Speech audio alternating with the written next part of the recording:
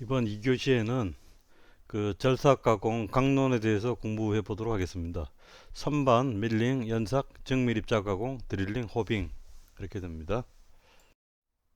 그 선반 가공은 뭐 가장 잘 알려진 이제 가공법인데요. 이 선반의 구성을 보게 되면은 이 가운데 부분에 공구이성대가 있죠. 공구이성대. 얘가 좌우로 왔다 갔다 할 수 있습니다. 그 다음에 그 왼쪽에 보면은 척이라는 게 있죠. 척이라고 하는 게 가운데 보게 되면 이제 그 이 물어주는 그 조우라는 게 이제 세 개가 있는데 거기에다 이제 가공물을 이제 물려가지고 회전을 시키게 됩니다. 그러고 이제 공구 이송대를 뭐 수동이든 뭐 자동이든 이송시켜가지고 바이트를 이제 대주게 되면은 그 원통형 모양으로 이제 가공이 이루어집니다. 짧은 거는 이제 척에 그냥 물려서 하면 되고요. 그 다음에 이제 긴 그 원통형 축을 가공하려고 하게 되면은 그 오른쪽 부분에 센터를 이용해야죠. 뭐 거기에 이제 드릴을 꼽아가지고 뭐 구멍 가공도 할 수 있는 뭐 그런 기능도 있습니다. 그다음 왼쪽에 보면은 그 선반전 공구에 이제 바이트 날 사진 하나 올렸는데 이 이거 실제 1대1 사이즈입니다. 끝부분에 삼각형 모양 저 바이트 날이 있죠, 그죠? 이 부분이 그 저기 탄소광 그 합금 중에서 가격이 좀 비싼 고속도강을 사용을 하고 있습니다. 이거 전체를 고속도강으로 이제 만들려면 이제 가격이 상당히 나가죠. 그 다음에 저기서 그 몸체 부분은 뭐 일반 탄소광을 사용해도 되겠죠. 저거는 이제 강성을 부여해야 되니까. 예. 자, 그럼 이제 선반 그 가공을 통해서 할 수 있는 가공 사례를 보겠습니다. 이 원통 형상 가공이 이제 가능하고 그 다음에 나사를 절삭할 수 있습니다. 긴 축을 이제 돌리면서 원통 형식으로 돌리면서 이 공구를 대고 뾰족한 공구를 대고 이 공구를 이송시키게 되면 이제 나사가 파이겠죠, 그죠? 그 다음에 이제 테이퍼 가공이라는 게 있는데 테이퍼라고 하는 것은 어떤 기울어진 경사를 얘기합니다. 그 아래쪽에 보시면은 테이퍼 경사 가공을 한 공작물이 있죠, 그죠? 기울어진 그 면들이 있습니다. 이런 가공이 이제 가능합니다. 그 다음에 뭐 축을 이렇게 돌려놓고 가공물을 끼워 넣어서 돌리면서 이 파 들어가게 되면은 절단도 가능하죠. 그 다음에 이제 그 센터에 드릴을 끼워 넣고 공작물을 돌리게 되면은 그 구멍 가공도 가능하고 그 다음에 이제 보링이라고 하는 것은 이제 구멍을 확장하는 가공이었죠. 그 다음에 그 널링이라는 게 있습니다. 널링. 바로 밑에 그 사진에 있는데 그 오른쪽 보면 널링 공구 아래 위로 그 우들두들한 그 저기 치차 같은 거를 두 개 이제 끼워가지고 있는데 얘를 이제 이 그 원통형 가공물에 강하게 이제 밀어주게 되면은 고무 자국 같은 게 찍히겠죠, 그죠? 그 상태에서 저기 회전을 시키게 되면은 저런 까칠까칠한 오돌도돌한 그런 이제 표면 가공이 되는 겁니다. 이거를 널링이라고 해요. 예. 자, 그 다음에 밀링 가공으로 넘어가 보죠.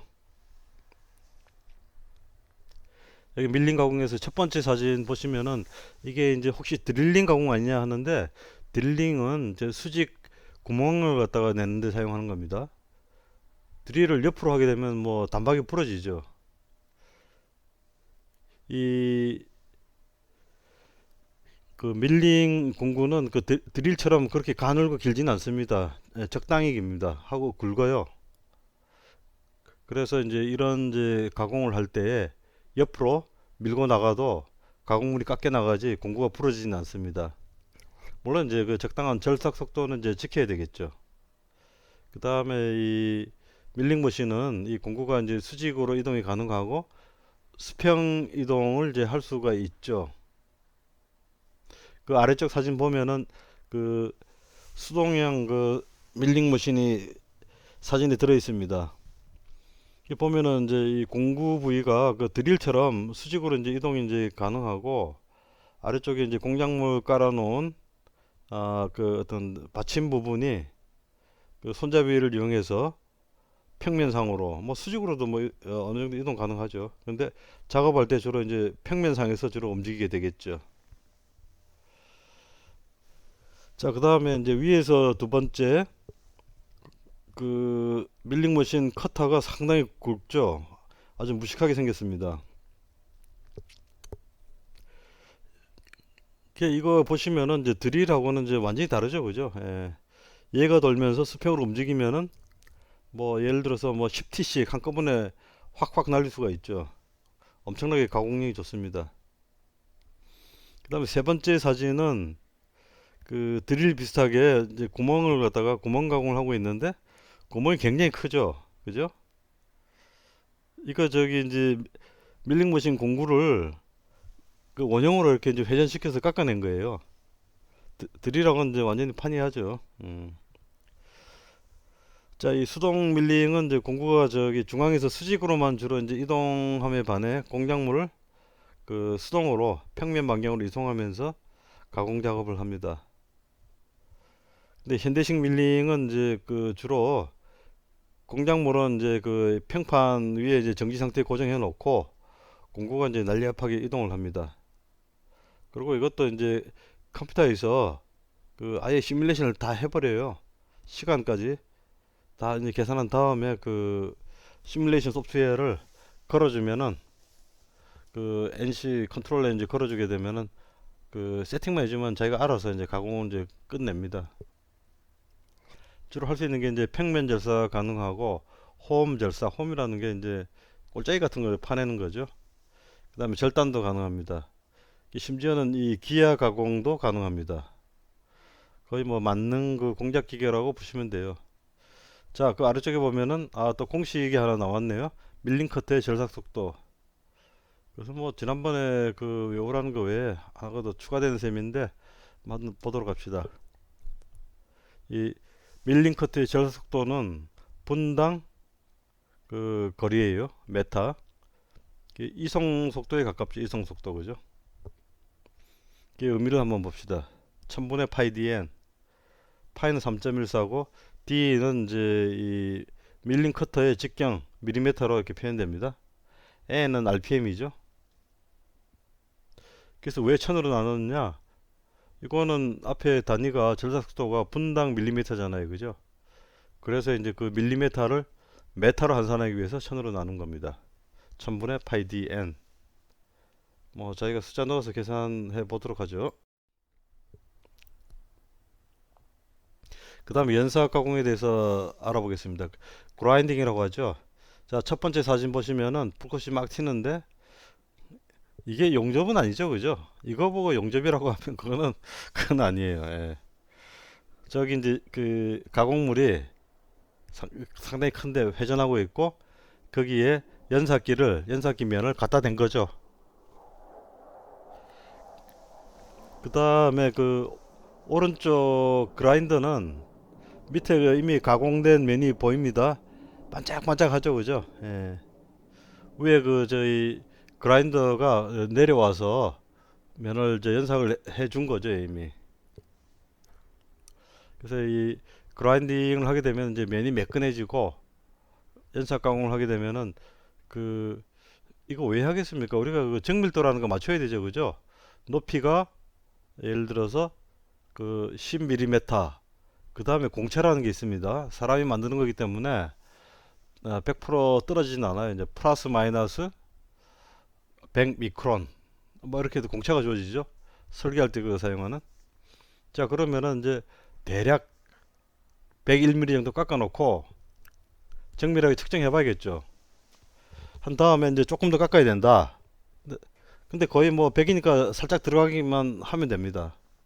그러면은 이제 그라인딩 작업에서 한 2, 30 미크론 이제 날려주면은 저기 플러스 마이너스 그 100 미크론 내에 들어오게 되겠죠. 뭐 그런 컨셉이죠. 이 그라인더에서의 이 공구, 이 스톨은 이제 자생작용이라는 게 있습니다. 이게 저기 그 스톨 입자를 찍어서 만들거든요. 그래서 이제 이 가공을 하게 되면은 마멜이 일어납니다. 마멜이라고 하는 건 이제 마모하고는 다르죠. 이제 이 어떤 마찰에 의해서 사라지는데 그 쪼가리들이 이제 파쇄가 돼 가지고 탈락하는 방식입니다.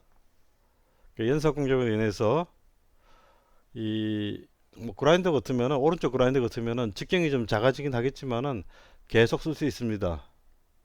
그 대신 저기 이제 회전 속도 같은 걸 이제 조절해야겠죠, 그죠?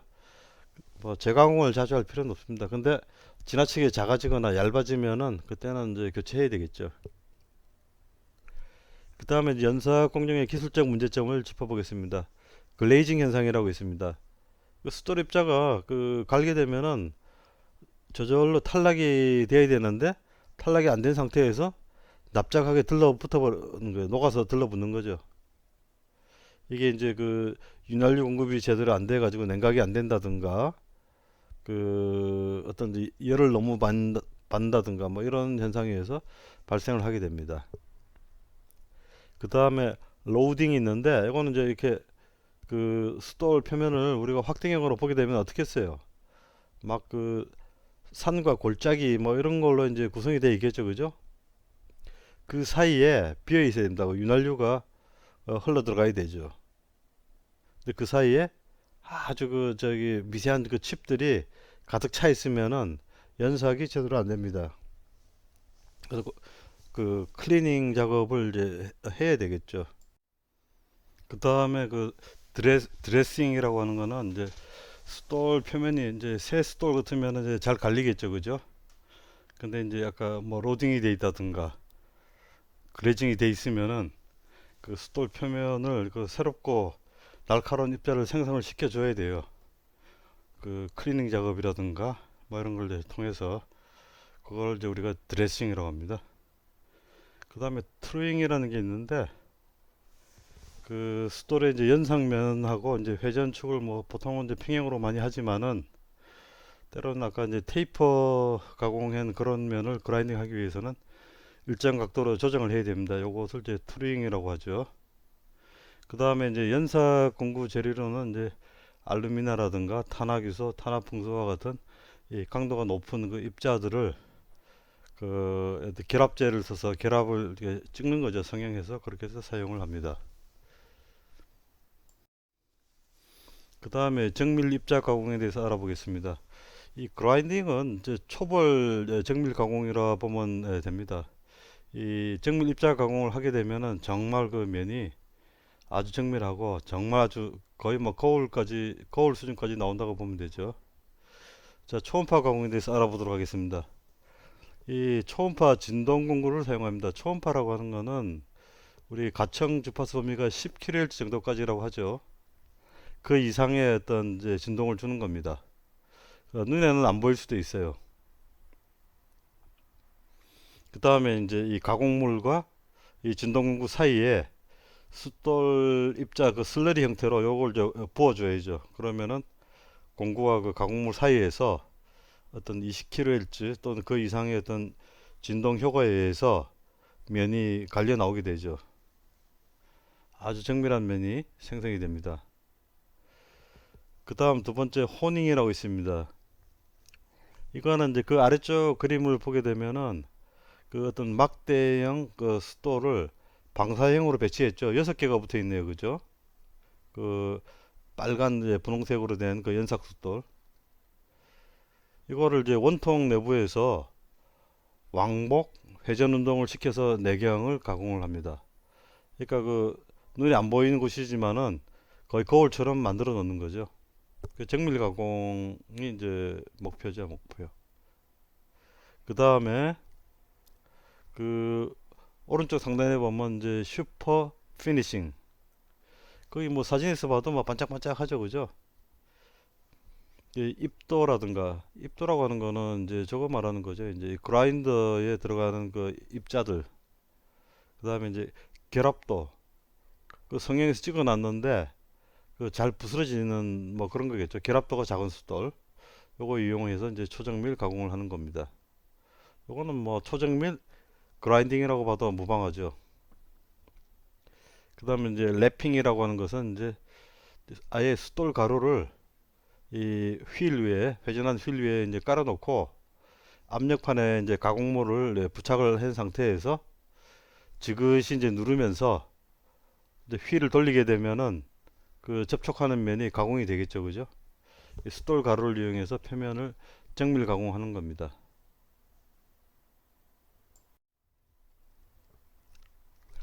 그 다음에 요 드릴링.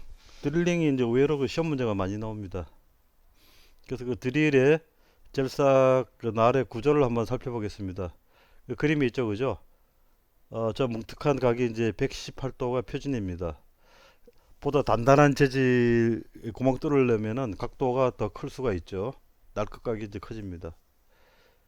그 다음에 이게 헬릭스가 이제 이 휘몰아치고 올라가는 요 각도, 이 비틀림 각이라고 하는데, 비틀림 각이 작을수록 강성이 커집니다. 왜냐면 붙어 있는 살이 많으니까.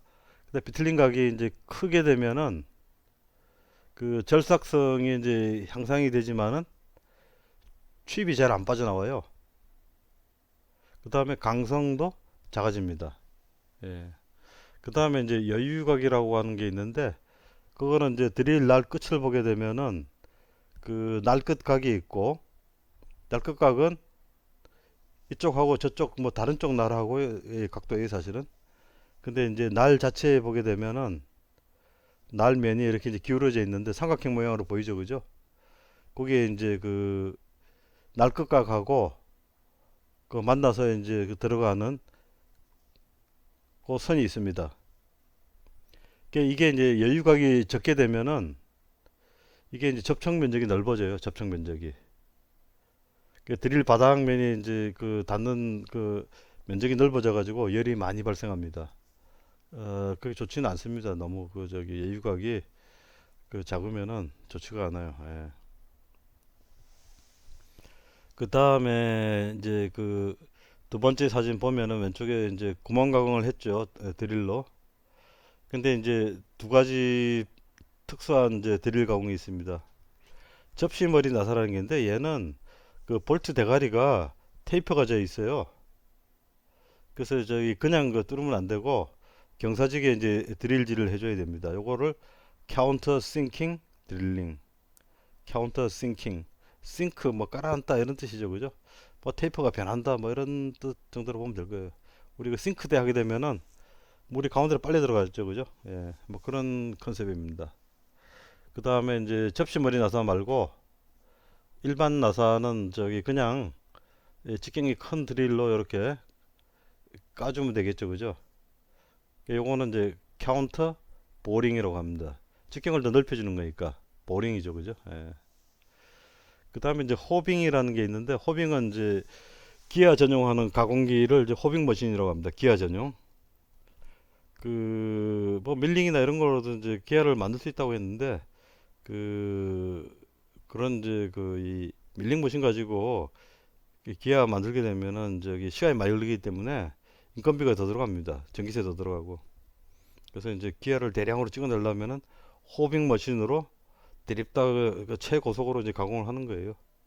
지금 이제 보면은 이제 가공물 기아가 이미 가공이 다 된 상태인데, 원래는 가공되기 전에는 그 기아 홈이 없는 그런 가공물을 이제 그 얹어놨겠죠, 그죠? 그러면은 이제 웜 기아 형태의 기아 가공 커터 이 호흡이 파고 들어가는 거예요, 이제. 요거를 호빙 머신이라고 합니다. 그 다음에 우리 지난번에 그 전조 가공이라고 해서 이제 기아 가공 언급했는데, 그것도 아마 거의 이제 유사합니다. 유사하다고 보면 됩니다. 전조 가공. 예.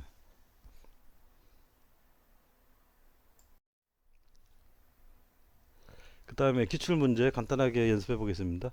자, 드릴링 머신으로 접시 머리 나사의 머리 부분을 묻히게 하기 위해 구멍을 파는 작업은 뭐냐? 카운터 싱킹이었죠. 예.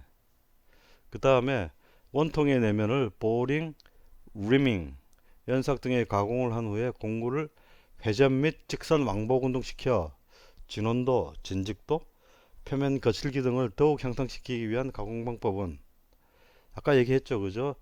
그 사각형 그 수도를 방사형으로 배치해 가지고 저 직선 뭐 왕복 회전 운동 시킨다. 호닝입니다. 호닝. 그 남아있는 가공, 특수 가공이 남아있는데, 특수 가공 대해서 좀 그 다음 시간에 설명을 하고 다음 주에 그 다음에 원래 이제 이 절삭 가공을 해서 제작을 하고 나면은 그 원래 이제 이 가공실 옆에는 측정실이 붙어 있습니다. 갖고 가서 그 설계 도면 보고 정확하게 가공이 됐는지 측정 작업을 하게 됩니다. 그래서 우리 그 엔진 정비하는 수준 정도로 간단하게 언급할 예정입니다. 다음 주에. 저희 3D 프린팅이 있고 지난 시간에 조금 설명을 했죠, 그죠? 그 다음에 이제 3D 펜이라는 게 있어요. 큰 차이는 없는데 이제 3D 프린팅, 3D 프린터에는 뭐가 있겠습니까? 이 우리 이제 레이저 프린터 생각하시면 되죠. 뭐 토나 뭐 이런 거에서 이제 재료를 끌어오고 이렇게 이제 뭐 잉크제트처럼 뭔가 이제 뿌려주는 노즐이 있겠죠, 그죠? 3D 펜은 그 노즐을 수동으로 손으로 이제 사용을 하는 겁니다. 그래서 예전에 어디 보니까 이제 이 3D 프린팅 또는 3D 펜 해가지고 이 수백만 그 이제 조회를 했다는 아주 유명한 그 작가가 있다고 해가지고 한번 찾아봤어요. 이게 아마 유튜브에서 여러분들이 사나고라고 치면은 나옵니다. 사나고. 이게 지금 그 화면을 요약해놨는데 한번 보세요. 뭐 100만 이하짜리는 뭐 거의 없네요, 그죠? 그 다음에 좀 오래된 거, 저 아래쪽에 보면은 뭐 900만에 거의 1000만에 넘어오고, 그 다음에 3D 펜으로 부서진 벽 꾸미기, 저거는 뭐 2560만에 아주 엄청납니다. 그래서 그 예전에 아마 하나 본 것 중 하나가 대표적인 게 이 작가가 잘한 것 중에 하나가 저거예요. 이제 피처 만드는 거예요. 피처 좀 모양이 복잡하죠, 그죠? 캐드 툴보다는 저기 어디야 그 예능하는 쪽 디자인 쪽에서 쓰는 툴을 아마 사용하면은 보다 좀 이 필력이 아마 그릴 수가 있을 겁니다. 여기 그림에 보면은 뭐야 3D 펜으로 쌀 만들기, 그다음에 뭐 치킨 만들기, 뭐 그다음에 뭐 자동차 포르쉐 만들기, 주로 다 그런 거죠, 그죠? 그 밑에 뭐 소닉 만든다는 게 소닉 이거 어떤 캐릭터 같은데 이런 것들을 이 사인펜 같은 이런 굵은 이제 펜 가지고 저거죠 이제 우리 그 배트맨 영화 보게 되면은 손목에서 검들이 쫙 나오죠, 그죠? 뭐 그런 식이죠. 이건 아마 좀 미술적인 소양이 좀 연습을 해가지고 이게 아마 생겨야 될 겁니다. 그래서 이 3D 펜 자체도 결국 3D 프린팅의 어떤 예술적인 일면이라고 이제 볼 수가 이제 있습니다. 그래서 뭐 일단 이런 거는 이제 또 여러분들도 관심이 있으면은 이 한 세트 사가지고 뭐 해보는 것도 나쁘지 않을 것 같네요.